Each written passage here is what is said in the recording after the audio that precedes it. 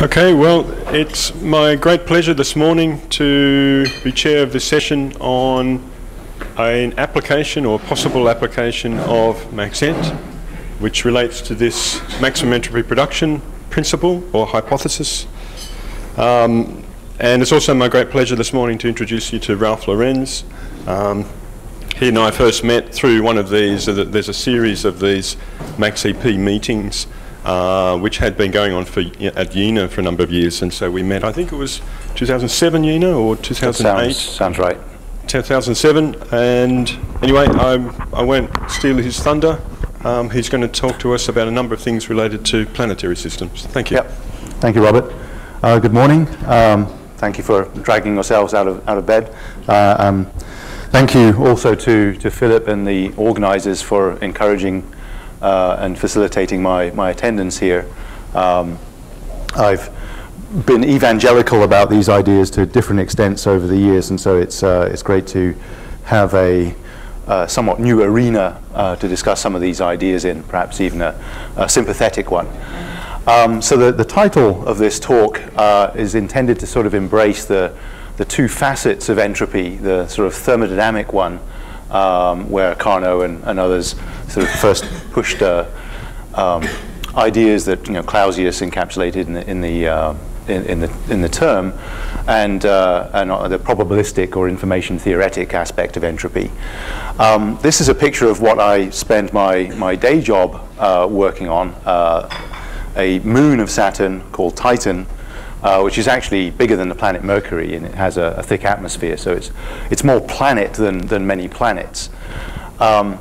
This is also a cute picture. It's taken by the Cassini spacecraft, on which I've worked for a couple of decades, looking across the rings of Saturn, and this is one of the small moons, Prometheus, and Titan is in the background. It's worth remembering that Maxwell actually was trying to model the behavior of Saturn's rings, or particles that form a ring, when he sort of developed some of the ideas in statistical mechanics. Anyway, my background is not really as a physicist, but as an engineer, a spacecraft engineer. And I always remember it quite sort of staggering as an undergrad, having not unreasonably learned about jet engines and Brayton cycles and Carnot efficiency and entropy in that context, to then be in a class about communications engineering. How many bits per second can you send down a radio link from a spacecraft, and the algebraic expression KT appearing in there, and a measure of entropy. And I always thought that was a very sort of profound kind of association. Just a couple of cute asides. This is Titan seen in some different wavelengths in the near infrared. You can see through the smog. And the first images we got of Titan in those wavelengths were with the Hubble Space Telescope. And you may remember the Hubble Space Telescope was launched with a defective mirror. It had a spherical aberration that tended to blur images. And dealing with that problem was not one that optical astronomers were used to at the time. And the approaches to estimating what the real image is given a blurry image, the process of deconvolution, is one that was basically new to them. Now, as John Skilling knows, this is old hat for radio astronomers. But among the techniques used for image deconvolution, of course, is maximum entropy. One other cute aside, this is an image from the Cassini spacecraft, one of Saturn's other moons, Rhea, very cratered surface. And you can see in some of the images, the raw images as they come down, this sort of jagged pattern here. And what this is basically the image has too much entropy. There is a lossless compression scheme applied to the data to maximize the number of images that can be sent back from the spacecraft. And there's a sort of an assumption about how much entropy there is in the scene, and so how many bits in total are allocated for each line in the image. And if there's too many sort of transitions of light to dark, if there's too much information, then the thing runs out and you just sort of fill in the rest with blanks. Now you do that compression only on every other line, so you can sort of reconstruct a very plausible looking image by interpolating where you have real data in this part of the image. But it's kind of a clever hybrid. But again, just a little feature of entropy in the planetary sciences. So what I really want to talk about for the first part of this talk is climate. And in the late 90s, I was interested in modeling Titan's climate. Titan's atmospheric structure is very much like that of the Earth, but much colder because it's 10 times further from the sun, and vertically extended. Titan has a surface gravity about the same as the Earth's moon, and so the scale height of the atmosphere is much larger. Many of the same processes occur on Titan, but with different materials and at different rates. So there are clouds that form hail and rain and pool on the surface as liquid, but these are of methane, not water. There is a stratosphere on Titan where temperatures increase with altitude, and that's due to absorption of sunlight by a sort of organic smog that's made by the action of UV on the methane.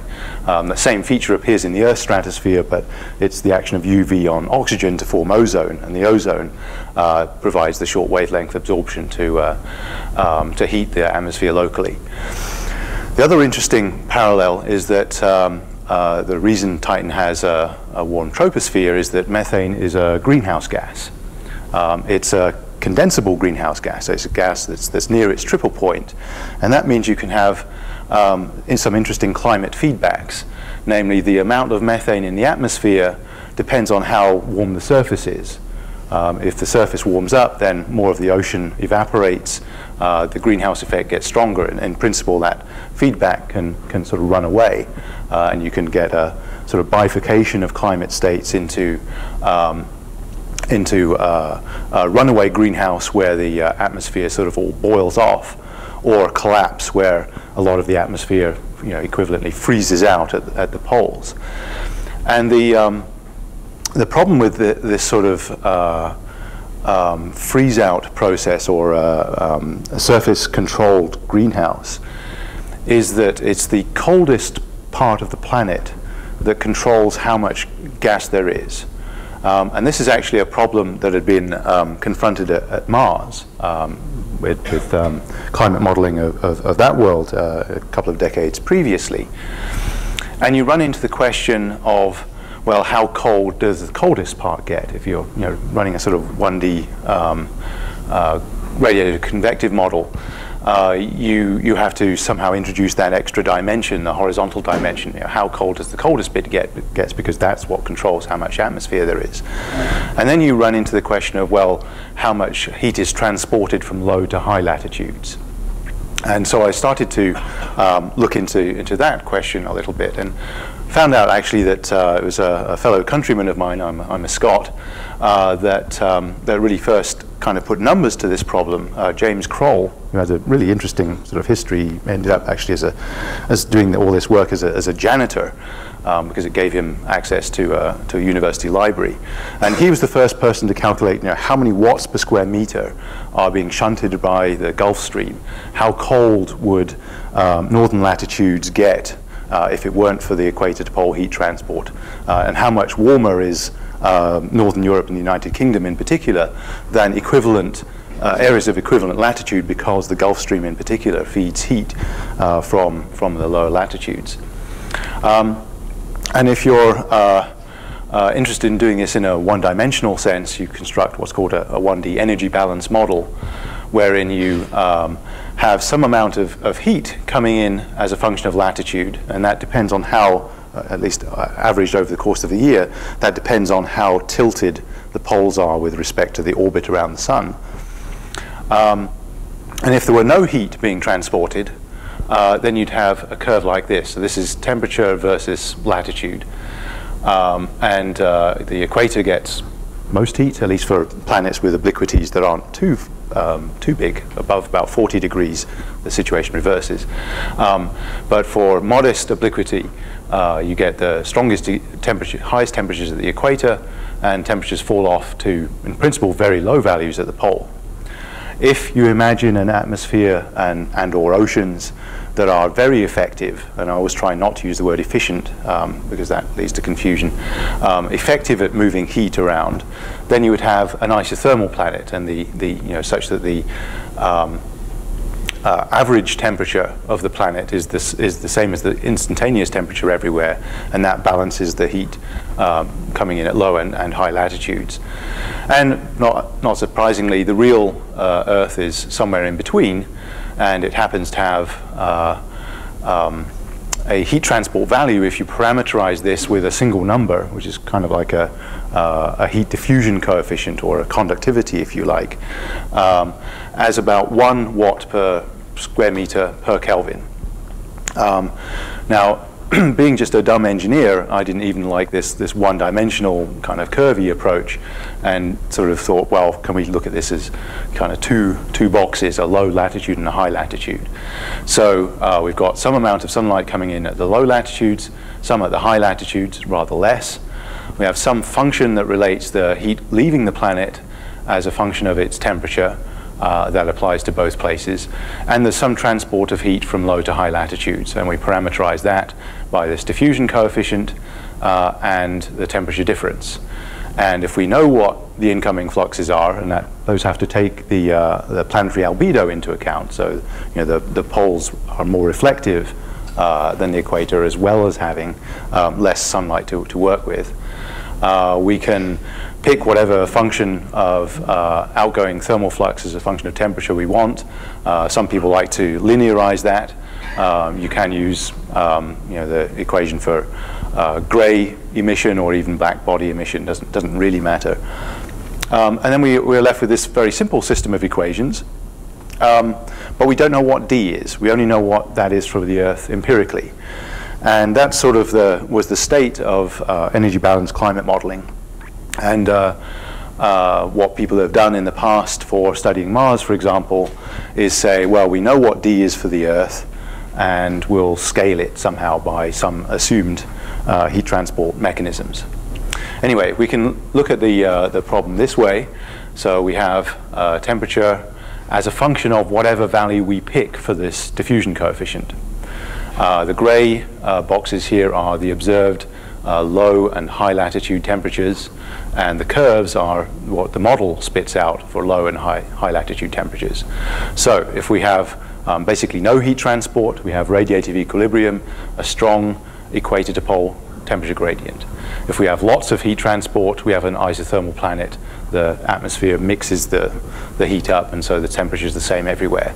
And the temperatures fall off somewhere in between to this sort of be in the observed range, and that is, as I said, of order 1 watt per square meter per Kelvin.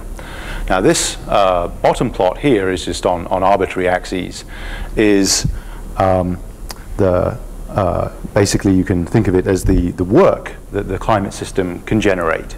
So it's the heat flux transported by the atmosphere and oceans times the temperature difference, or the temperature difference divided by the absolute temperature. So heat flow times the Carnot efficiency, delta T over T. And you see, interestingly, that this function has a maximum where we're in the observed realm, and the value of D that applies to the Earth. And something sort of like that had been noticed by an Australian climatologist, Garth Partridge, back in the 70s. And he really kicked off the sort of quite a lot of controversy at the time with the idea, when he had the notion that global circulation models were sort of trying to divide the atmosphere up into ever smaller little boxes, and trying to keep track of all the parameters in those boxes was like trying to estimate the state of a gas in a room by knowing what every molecule is doing. And he wondered if maybe there might be some collective property that could be considered in climate models, and wondered if entropy might be it. So anyway, the notion arose that maybe the climate system is at a state wherein this work production or dissipation, or near equivalently the production of entropy, is at a maximum. And there was a lot of pushback on the idea for various reasons. One was that nobody really understood why that should be true. And I think this community would have less difficulty with that question, but I'll come back to that. The other objection was that, well, this could just be a coincidence. So the Earth happens to be at or near this state. That doesn't prove anything. We have a sample of 1. So that's where things stood. Let me tackle this. There's an interesting coincidence here, which is that this heat transfer coefficient has the dimensions of heat flux per unit area per Kelvin. And those units are the same as entropy production per unit area. So, just in the thermodynamic sense of heat flow over temperature, the Earth receives about 300 watts per square meter of sunlight, when you take off what's been reflected. And that's emitted at a very high effective temperature. And the heat is ultimately re-radiated to space at a very low temperature.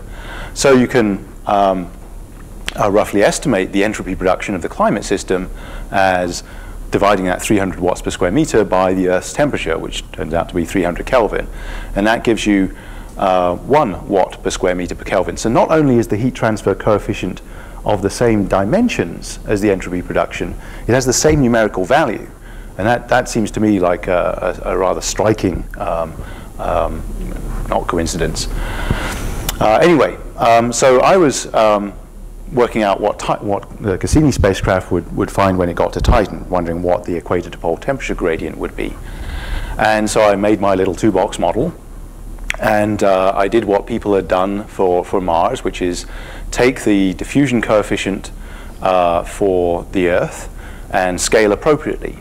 And everything that quote-unquote conventional meteorology or dynamical thinking had articulated for Mars would push you towards having a higher heat transport coefficient for Titan than for the Earth. The reasons are that Titan's atmosphere is denser and thicker, so there's more mass to work with. If you take a cubic meter of air on Titan and move it, it's got more mass, more heat capacity than the equivalent on Earth. Titan is a physically smaller body, 2,500 kilometers radius compared with 6.5 for the Earth. So a parcel of air doesn't have to physically move as far to go from the equator to pole. That makes it easier. The D value should be higher. And finally, Titan rotates rather more slowly, so that the sort of Hadley circulation or any equator to pole air movement gets sheared out less by the planetary rotation, and that means that there's less dissipation involved in moving a parcel from equator to pole. So we sort of start here with the appropriate heat fluxes coming in from the sun, and maybe we should actually make the number out here. And these do not give what temperature gradient had been observed. It's a couple of Kelvin, and that had been observed by somewhat iffy measurements by the Voyager spacecraft, but they've actually been since confirmed. And what I found, in fact, what happened was the model wouldn't damn well converge because the model was trying to shunt too much heat in one time step, and I had to sort of try to super relax it and all that. But I found if I put in a very small heat transport coefficient, then the thing settled down and converged, and lo and behold, gave the observed temperature difference. And sort of scratched my head. I was like, wait, this is 2 orders of magnitude smaller than what it's even supposed to be. And yet, when you calculate what the entropy production is, you find it too peaks at this sort of value. And I thought this was very interesting. So for Titan, it seemed like this idea might work. And I think Tim Jupp's talk later will explain some of the ideas about why things may work some places and not others. For Mars, which is an obvious place to apply it to, the situation is a little bit tricky because the Martian atmosphere is quite thin, and temperatures change very dramatically over the course of a year. So annual averaging is a little bit iffy. You can sort of play with it a little bit. You see there's a big range of low temperatures here. And the MEP idea, of looking at where the climate system would have the maximum in entropy production, isn't that different from the Earth, and that's not a surprise. Mars isn't that much further from the sun than is the Earth. Maybe it's a factor of 2 off in heat flux, and so maybe a factor of 2 off in D. But the Martian atmosphere is very thin, low pressure, so the heat transport values that people would use are and have used in the literature are much smaller than the value for the Earth. And that works in this sort of annual average sense, as you can see, because the bars here are so wide. But when you look at the history of temperature throughout a season, you find that the Martian poles in winter would get absurdly cold. And we know that doesn't happen. And so the modelers aren't fazed by that because there's some physics that you can introduce there. The Martian atmosphere is made of CO2, and 6 millibars of CO2 freezes out, or starts to freeze out, at a temperature of 150 Kelvin. And so the modelers go through the annual cycle, and when the temperatures look like they're starting to go below 150 Kelvin, then they just pin it there. And that reproduces what's observed. And there's some physics behind that, so maybe that's okay. And we know that happens because we can see the frost form, and we can even, with more recent measurements, actually measure how much ice freezes out. I mean, it's something like 1 meter of CO2 ice at high latitudes. But if you do the bookkeeping right, and you figure out how much heat is involved in freezing out 1 meter of CO2, then you find there's some tens of watts per square meter equivalent, which is the amount of heat transport that this MEP idea would be telling you should happen. So it's like MEP is saying the Martian atmosphere, quote unquote, wants to do something. We don't know what it is. And we actually see that despite the thinness of the Martian atmosphere, it transports all this heat around because it invokes a new process to do so. There's some reasons why Jupiter and Venus turn out to be difficult to grapple with in this problem. We can address in questions, perhaps.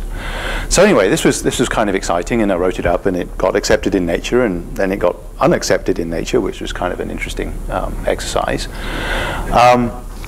This was also the time that the first few exoplanets had been discovered.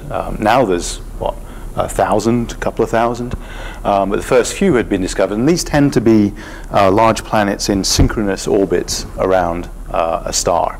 And I think maybe Robert will discuss those a little bit.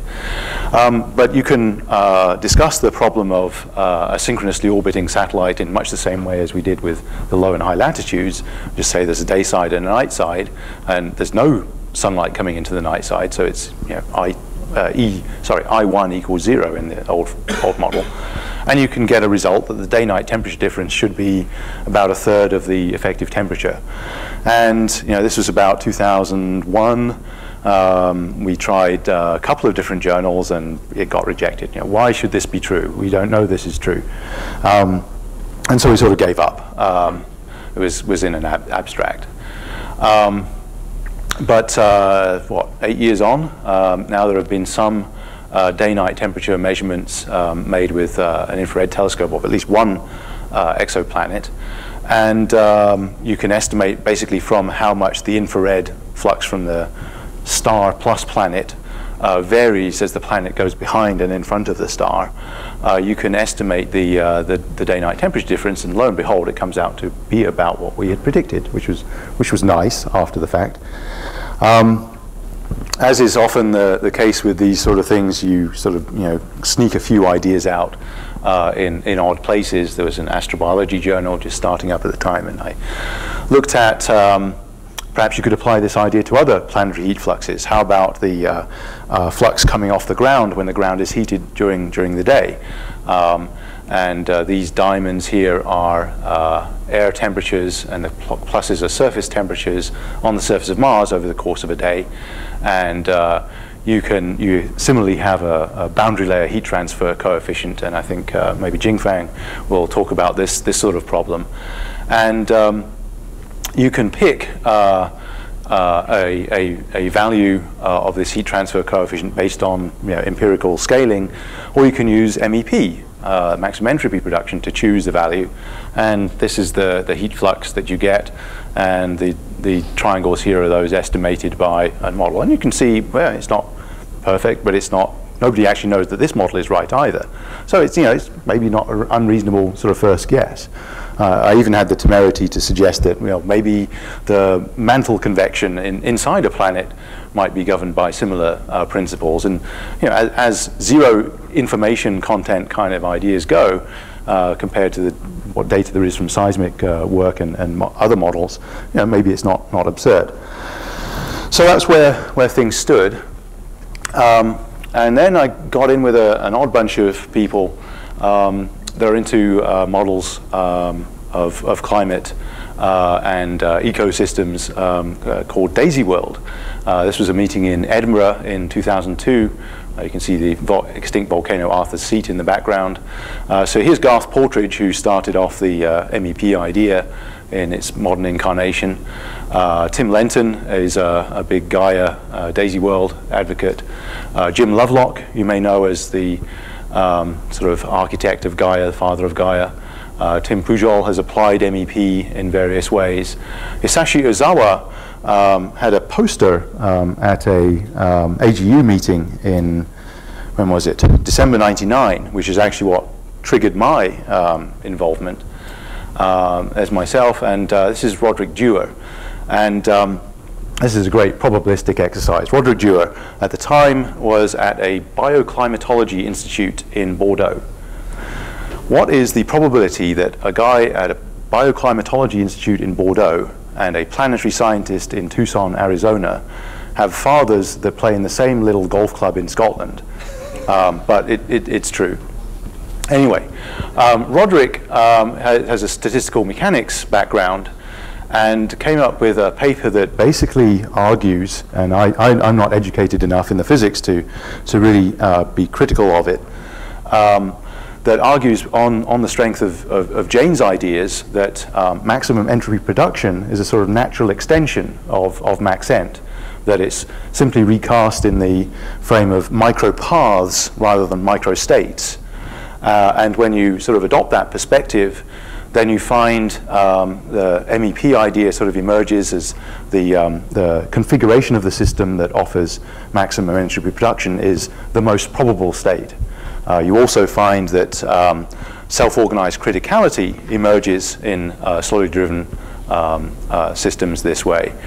So this went some way towards, not everyone fully accepts it, I think, went some way towards offering a theoretical justification for the MEP idea, which was something that, as I said, had been lacking.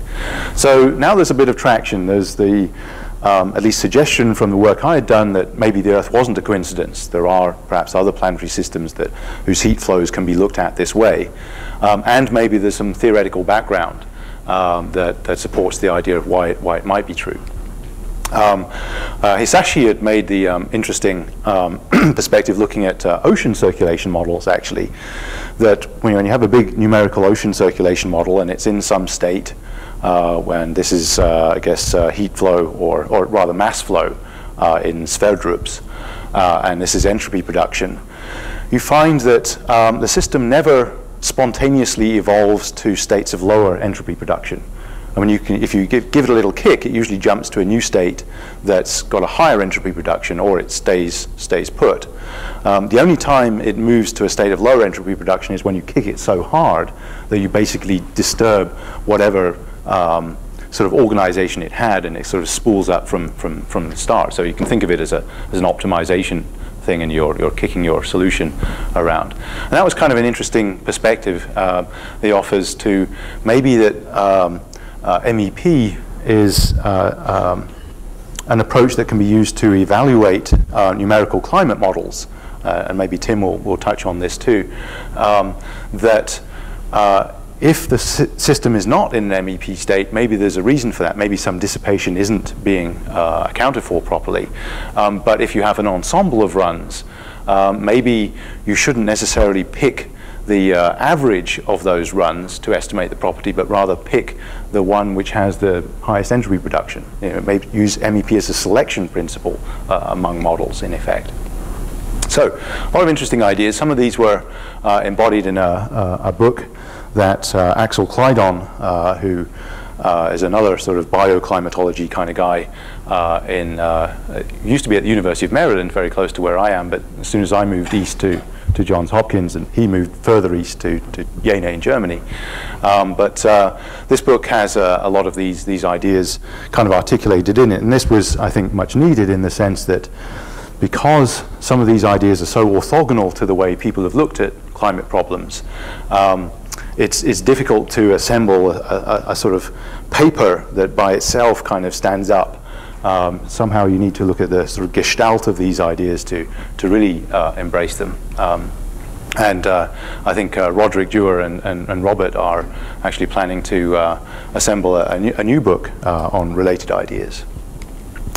Anyway, I was still wondering, well, okay, maybe this MaxEnt information theoretic idea holds together, but the planet hasn't been to any information theory classes. It doesn't know that it's supposed to choose the MaxEnt or MaxAEP idea. So how does this actually work?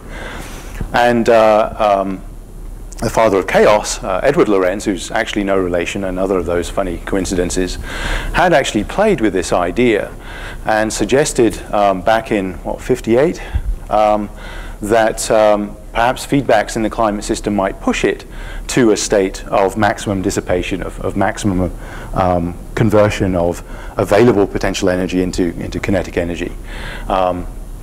And noted that the largest scale mode in the climate system would build first because of buoyancy, varies with scale, and that energy cascades down in what we'd call the Kolmogorov cascade to viscosity. And he sort of drew this little kind of feedback picture, and it sounded like it might be true, but it didn't really explain too much. So I was thinking about this problem in an engineering sort of way. Well, the climate system is an engine, a heat engine. So it's moving heat from a hot reservoir to a cold reservoir at a certain speed, and that is generating work, and that work is in steady state balanced by frictional dissipation. And for a given sized wheel, the work output relates to the temperature difference squared times the speed of the wheel, and the frictional dissipation goes as the square of the speed of the wheel. So how big the wheel is, how strong this friction is really what sets the dissipation. So, and this is a little graph from the little commentary article in Science that had the same title as this talk, Full Steam Ahead Probably, which was a commentary on Roderick Dewar's paper that I think gave it a bit more visibility. So here we have the heat transport expressed in terms of a speed of a wheel, or equivalently the speed of an ocean current or something. And here is dissipation, and here's our familiar curve with a maximum. And if we have a very sticky wheel, a large value of this parameter, then for a given speed there's lots of dissipation, right? It takes a lot of work to move this wheel around. And that dissipation goes up very strongly as a function of speed. So we can imagine starting anywhere over here at 0, we have lots of work available. Well, we have some work available, non-zero amount of work available, and the wheel starts to spin up. Spins up and gets faster and causes more and more dissipation. Meanwhile, it's spinning up and developing more and more work until the two converge. And they converge here, and this is the stable state. Well, what if we have an ocean current compared to an atmosphere current, and there's much less dissipation, or it's just less friction in the system? Then we have the same perspective. The dissipation goes up strongly as a function of speed and crosses the work output curve here. This also is a stable equilibrium, and we can, if we like, pick the value of dissipation that lets the stable equilibrium be at the state of maximum power output. But we've just picked this. This hasn't emerged from the system. So this was kind of unsatisfying. But I wondered in a rather inarticulate sort of way whether maybe some combination of dissipative modes and non-dissipative modes might somehow conspire to give you something that balanced out. And I kind of was stuck there for a while. The idea, and this is still a little poorly formed, is that you combine modes in a sort of statistical way. So this is like think of this as a board game. And the curve is the same. You've got work output as a function of heat flow, and it's got this maximum. And we can invoke different modes in the climate system. So we can have a Gulf Stream token. We can put some amount of heat flow in the Gulf Stream. We can put some amount of heat flow in lots of little whirlwinds. And these are obviously much more dissipative. So the horizontal size of the token is the heat flux, and the vertical size is the frictional dissipation. So we can put the various combinations of these tokens on the board. Now, if our combination of tokens, and we have to, the x-axis is heat flow, so the number of tokens we have is over here, and dissipation is this axis. So here we've got a nice, clean, low dissipation Gulf Stream token and a baroclinic eddy. We have 3 units of dissipation, 2 units of heat flow, and things are sort of in balance. Now, if we just had the one token, with 1 or 2 units of dissipation, then we've got 3 units of work production. So we have a surfeit of work. So we are adding kinetic energy to the system. So if we're down here, we want to add another token. The system will spin up and invoke a new mode of heat transfer until it caps out here. So the system naturally regulates in the vertical dimension. But what's controlling the horizontal? And that's where things are a little bit fuzzy. But one can imagine that chaotically different modes get invoked at different times. So there's some set of rules, and I don't know what the set of rules are, that say you put in tokens and you take tokens away. And when you put in a token, then you move to a new place on the board. But what is perhaps interesting is that wherever you are on the board, there's a number of different combinations that you could have that give you balance. So you could have 4 Gulf Stream tokens here, or 1 baroclinic eddy and 2 Gulf Streams. And there's more combinations where you have a higher value of dissipation. So if there's just some statistical combinatorics of all this, then maybe there's more combinations at the state of maximum work output. So maybe that state is more likely. As I say, it's still kind of an ill-formed idea, but it's how I'm thinking about things in this sense.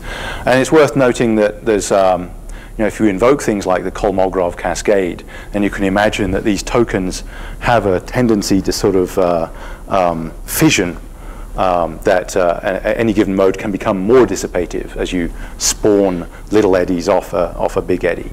So I still need to think that one through a little bit more. Anyway, that's the idea, and there may be better suggestions of how the climate system may work. But it is worth noting that you are restricted in this game with what tokens are available. And that addresses the other big objection that dynamical meteorologists had, which is, how can this entropy idea work? You haven't talked about planetary rotation, and we all know that planetary rotation is very important. What planetary rotation does is it's a constraint. It says that dynamically you can or can't have eddies of this scale, because dynamically they shear out. So the dynamics, if you like, determines which tokens you get to play with. So that's how I think I can sort of reconcile MEP with the dynamical meteorology perspective. And as I said, Tim Jupp will talk about this question some more later today. Just to note 1 or 2 other applications, and these are applications where people have sort of assumed MEP is correct or useful and have adopted it. So Joel Samaria has played with vorticity on planetary atmospheres, and has argued on sort of information theoretic grounds and MEP that large vortices may form on Jupiter. Some applications have arisen in oceanography. Garth Partridge, I think, is playing with surface heat fluxes. This idea here relates to eddies in the Arctic Ocean.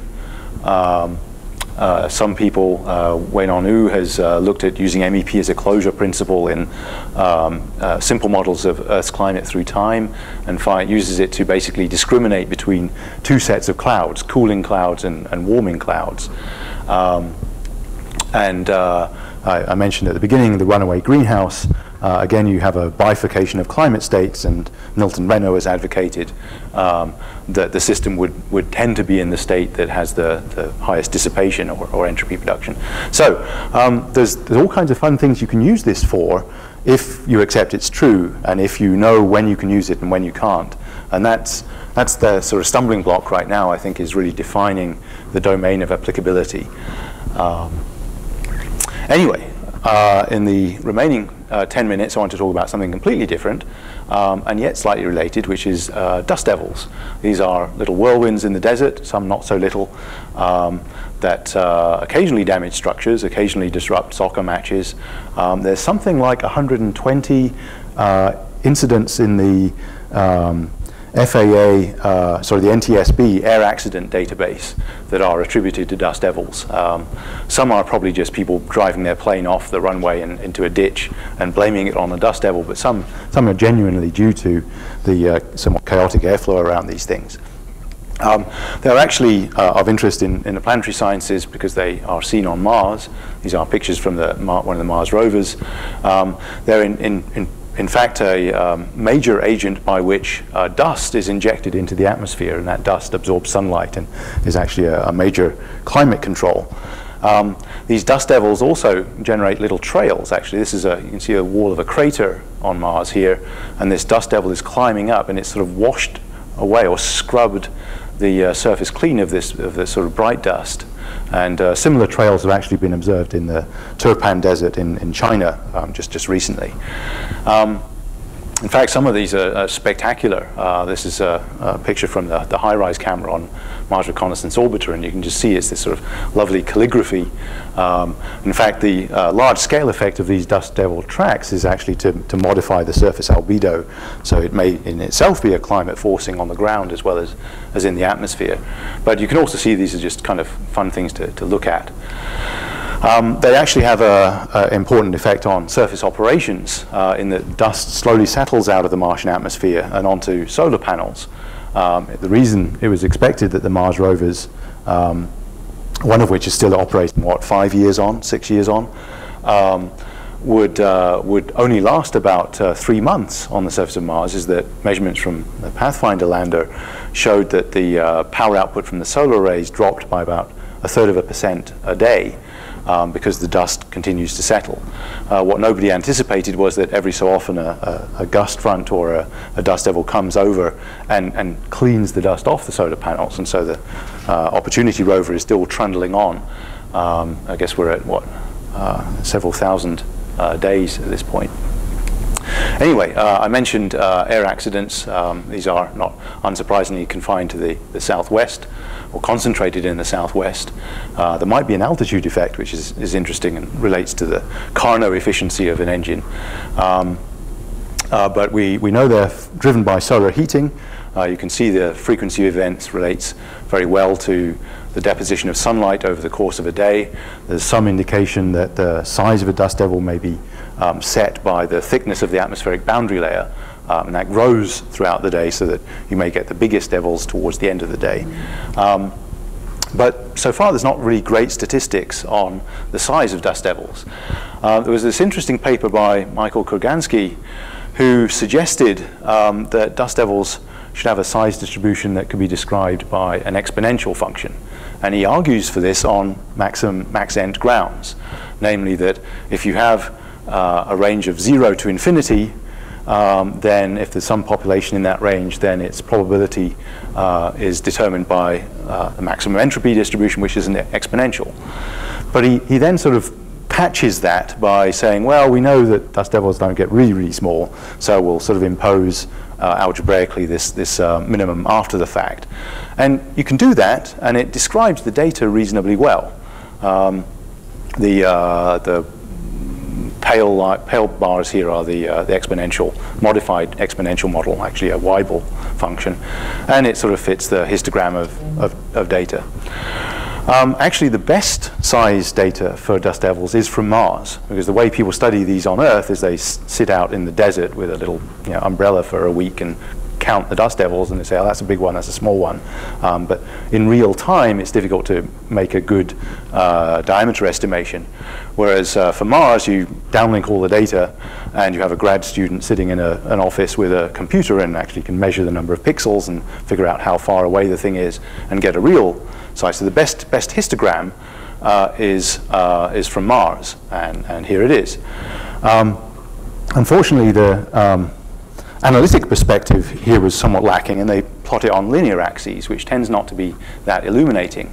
If, however, you plot this on a logarithmic plot, then you find the data falls on a very nice straight line. So that I'd argue that the population is described by a power law.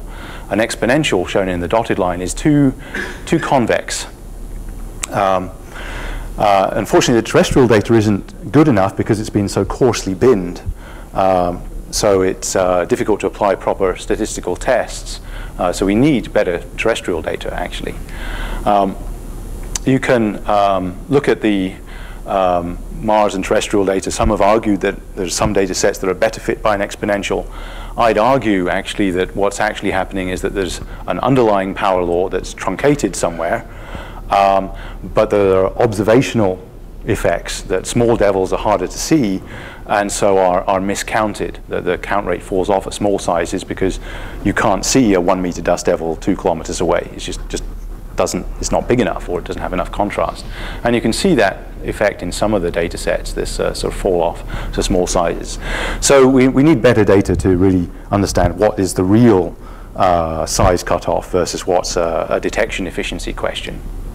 The detection efficiency also resolves a paradox. I mean, I was interested in setting up little weather stations to record the sort of two-dimensional structure of these things, and was confronted with the question, well, how many events will I see?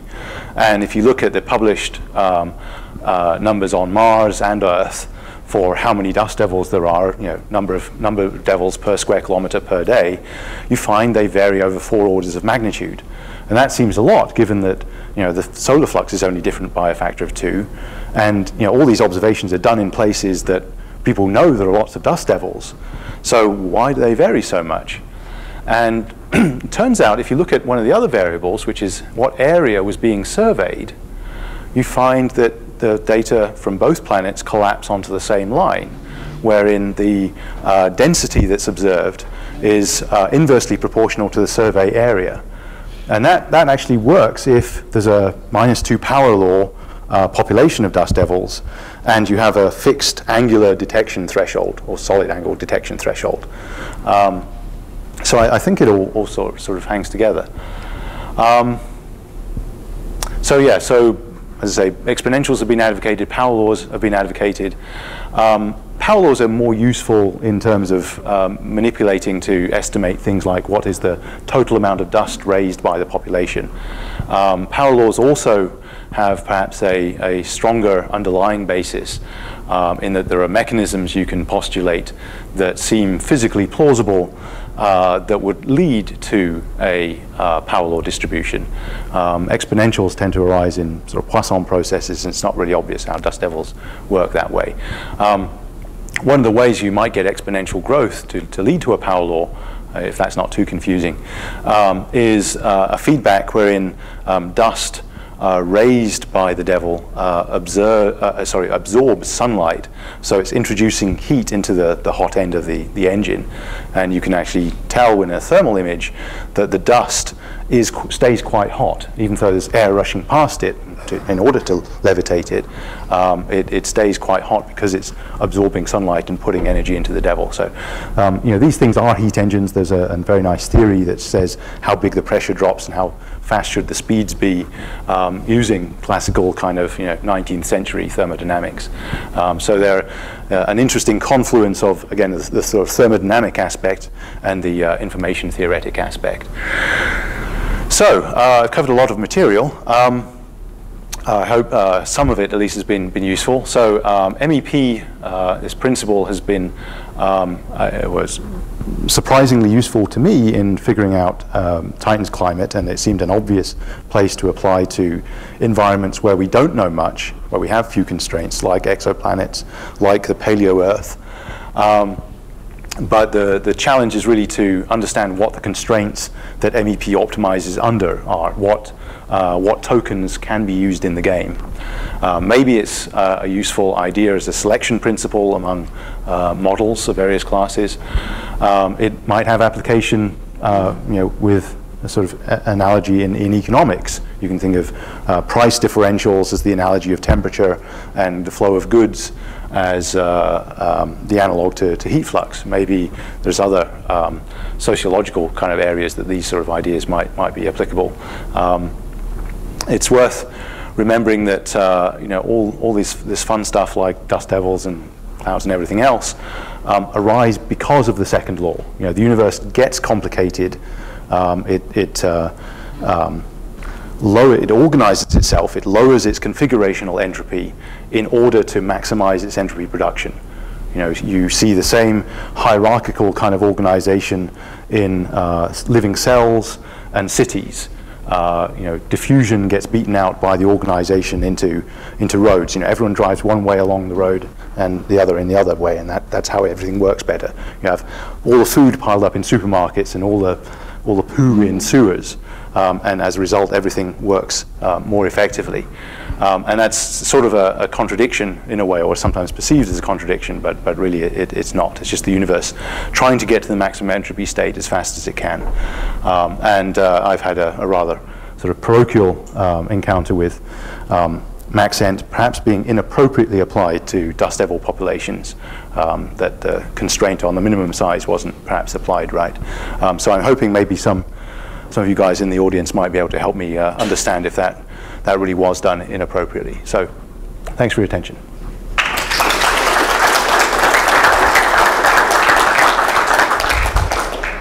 Any questions for Rob?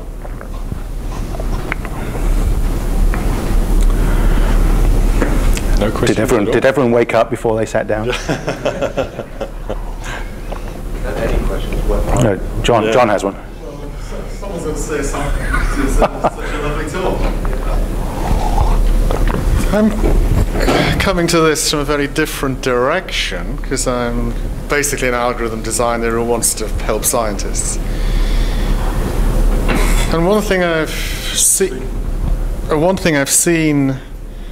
in climate and so on is that there are multiple basins. You alluded to this, like I'm in one pattern or another. Mm-hmm. And we see this over and over again in the physical world, material science, different crystal structures and stuff. Yeah.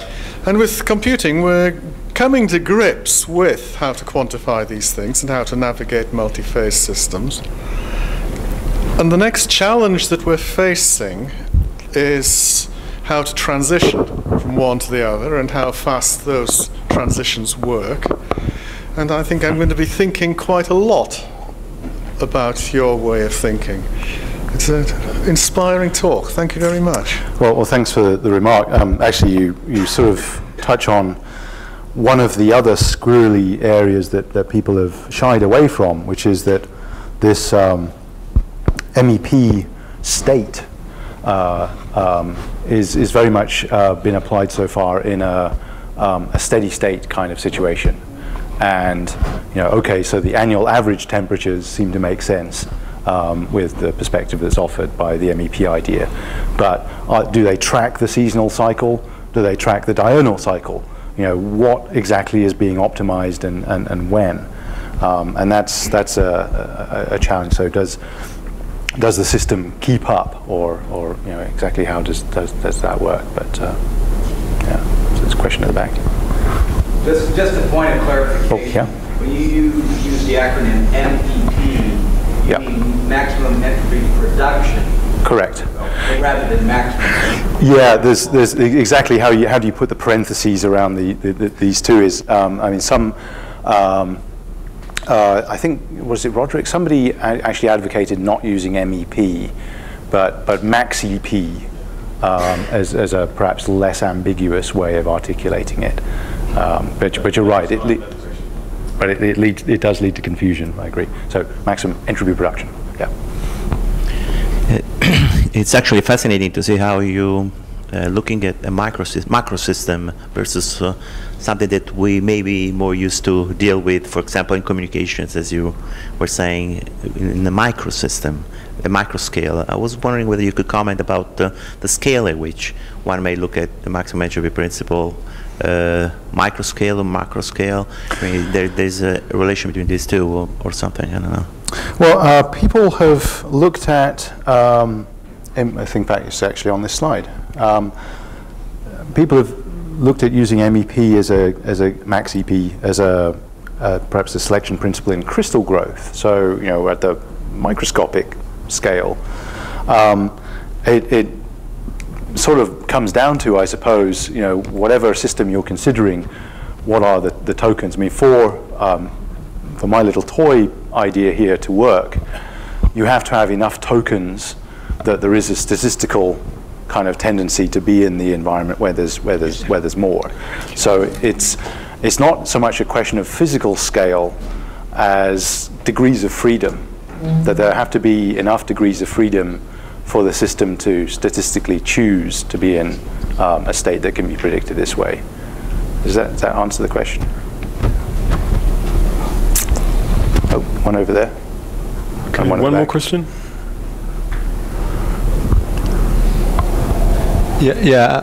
Sorry, I don't know much about atmospheric science, but could that be the explanation for why you don't see this in the dust devils, that there isn't as many processes participating that you would? Yeah, I think a dust devil is sort of dynamically required to be what we see.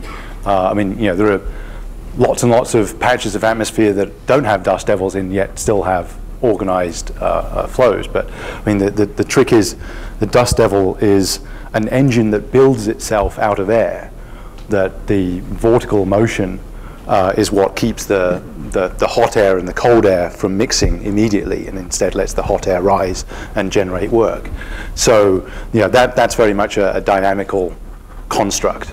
But for sure there's dissipation occurring in dust devils, and the dissipation is balancing the work output, and so there's some aspects of this discussion that bear on that. But I think a dust devil is itself a little token. It's not a game. Okay, any more? Oh, well, keep coming. You alluded just at the end of your talk to the idea that sort of societies and other sort of organizations might organize themselves in such a way as to maximize energy production. Like you were talking about traffic, I think. Yeah. Have you seen many examples that you could point to in that sort of idea of actual research that's been done on that? I wouldn't say in traffic. I mean, there you have quote-unquote God laying out a map and drawing a line, and cops who book people who drive the wrong way.